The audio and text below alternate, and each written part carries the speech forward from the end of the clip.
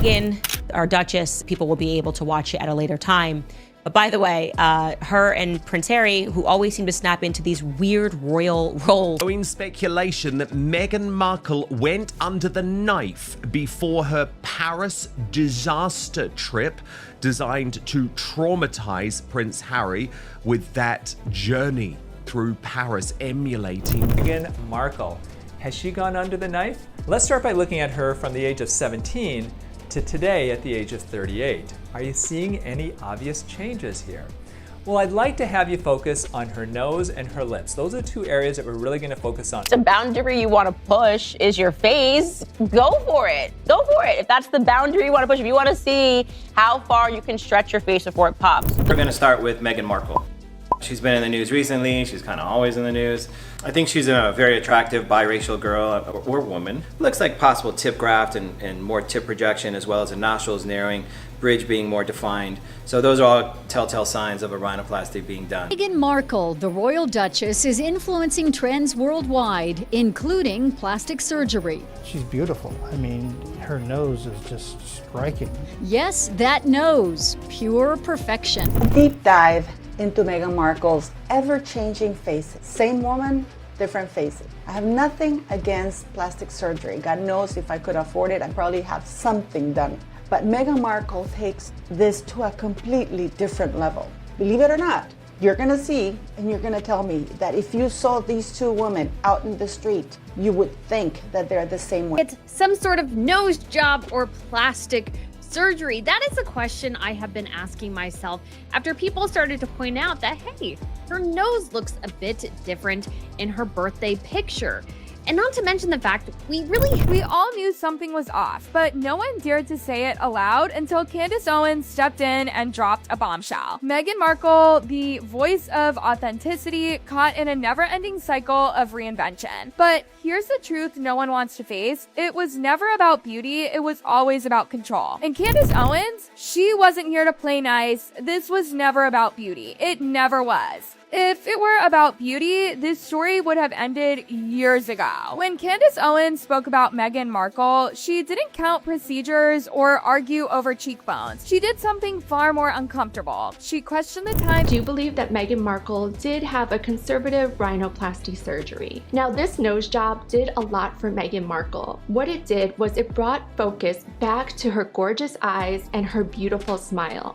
A nose really can't make you beautiful because she was already beautiful. This just put the focus back on her other gorgeous features. Make it end. Make it end. What is...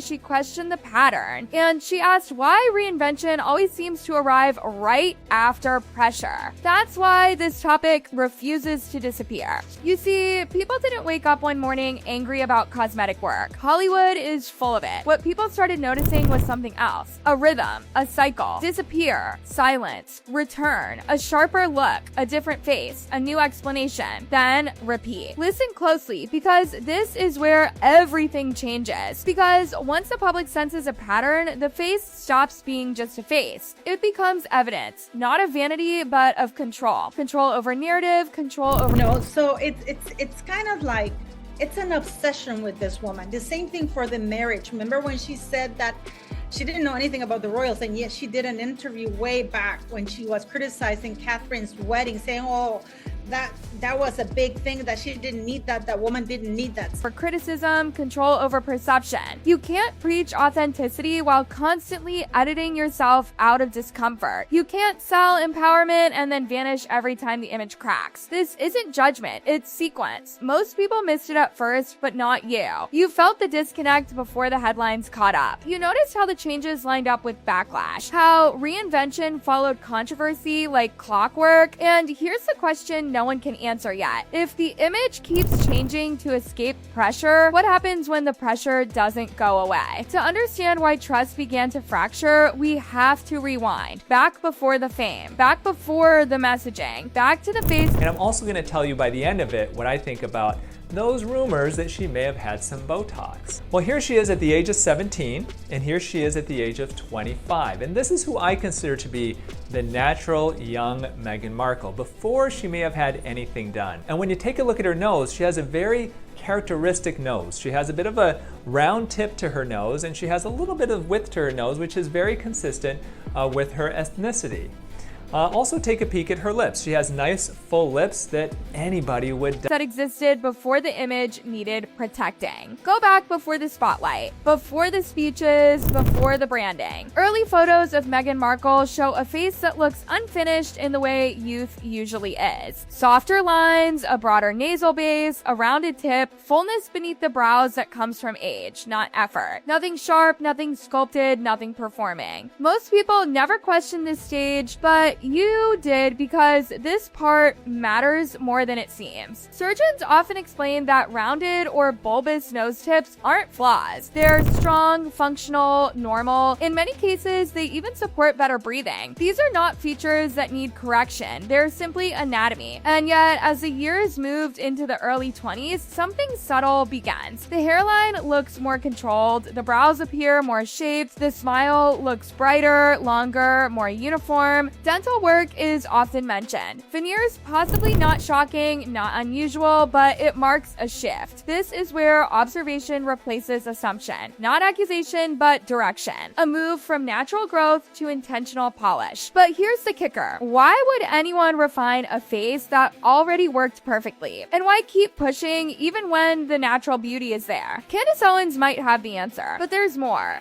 Much more. From letting the face mature to managing how it reads on camera. Many viewers say the same thing at this point. She already had strong bone structure, lip fullness, balance, traits people pay for later in life. So the question forms quietly and it sticks. Why refine what already worked? Why tighten or sharpen something that already photographs? Well, this is where preparation enters the conversation. Preparation for scrutiny. But actually more important again is the face. And she had a different sort of face, really. She had an A bridge that was too defined. So they worked on that, and they worked on the side, and all of the freckles which they used as skin looked flawless. By the mid-20s, the face still looks familiar, but it no longer looks untouched. This is the stage people struggle to explain. They say, I can't point to one thing, but something changed. This is not my area of expertise, but you have been looking into this for some time, and you believe it's true that Meghan Markle has gone under the knife. Oh, yes. I mean, of course, she has. She's never actually said, I have, but you can see it. Certain things have changed quite significantly. The easiest one is to talk about teeth. When she was younger, she had gaps, and now she's got beautiful teeth. That helps her give us all a lovely, shiny smile. The cheekbones appear more pronounced in some photos, the jaw looks firmer, the lips seem more defined without looking obviously altered. On its own, none of this proves anything. Together, it starts to feel intentional. Why refine it all? Why change something that already worked perfectly? Because once authenticity becomes the brand, every little change, every calculated move suggests planning. This isn't about mistakes, it's about managing a brand, crafting an image that sticks, and playing the game. Now, the game has escalated. The subtle changes are no longer enough to convince everyone. Meghan Markle has mastered the art of reinvention, but at what cost? Every tweak, every modification, it's all starting to paint a picture far more sinister than anyone realized. By the early 30s, the conversation shifts. People stop saying she looks different and start saying that feature isn't the same. And the feature that keeps coming up again and again is the nose. Earlier images show a wider base, a softer bridge, a rounded tip. Then over time, the structure appears tighter. The base looks narrower. But now, let's take a peek at her 7 years later at the age of 32. Now, she's made it big in Hollywood. And what are we seeing with her nose? Has it been thinned a little bit? I think it's definitely possible that she's had some very conservative thinning of her nose and maybe even a little projection added to the tip. It seems more refined. The profile looks straighter in side views, more streamlined, more controlled. This is where speculation stops being casual. Doctors often explain that changes like this don't usually come from makeup, lighting, or angles. To narrow a nasal base or refine a tip, cartilage has to be adjusted, shaped, secured. That's structural work. And when structure structure changes, it affects everything around it. Viewers begin noticing the space between the nose and the upper lip. They point out that the philtrum appears longer than before. Surgeons often say this can happen after nasal tip work. This detail sticks because it suggests sequence, one change leading to another, one adjustment creating a new imbalance to correct. This is the moment many viewers describe as the turning point. Not because the face looks bad, but because it looks unfamiliar, less organic, more designed. And once enough people feel that way, curiosity turns into skepticism. Because if the goal was to quiet criticism, the opposite happens. The disappearances don't calm the conversation, they fuel it. And then comes the return that was supposed to end the debate completely. Instead, it does the unthinkable. It makes everything worse. Paris was supposed to reset everything. High fashion, global cameras, a controlled room filled with people who know how to sell an image. This was meant to signal power, relevance, and renewal. Instead, it detonated the conversation. Under harsh lighting and unfiltered lenses, people didn't talk about the outfit for long. They talked about the face. The skin looked unusually shiny. The cheeks appeared more hollow. The jawline looked sharper, almost rigid. The eyes seemed tight, less relaxed. Many said she looked uncomfortable, like someone performing a version of herself that no longer fit. And this wasn't the worst of it. People began whispering about extreme weight loss, overcorrection, and even medication rumors. No one could confirm anything, but the volume mattered more than certainty. This wasn't curiosity anymore, it was backlash. For years, changes were debated quietly. Paris made that impossible. The appearance was public, heavily photographed, and impossible to soften with angles or filters. Instead of admiration, there was mockery. People felt sold. A reset that didn't work, a reinvention that felt forced, a comeback that looked desperate. One person even said she looked like she was wearing toilet paper. The reactions were immediate, and they weren't kind. What was supposed to be a dazzling return to the spotlight only ended up making everything worse. People weren't discussing the dress, the event, or the grand return. They were obsessed with the face, and not in a good way. The more they tried to fix it, the more it seemed broken. But here's where it takes a dark turn. If changing the face didn't stop the backlash, if disappearing didn't restore trust, if Paris didn't deliver redemption, then what's left? What happens when there's nothing left to change? That question is still open,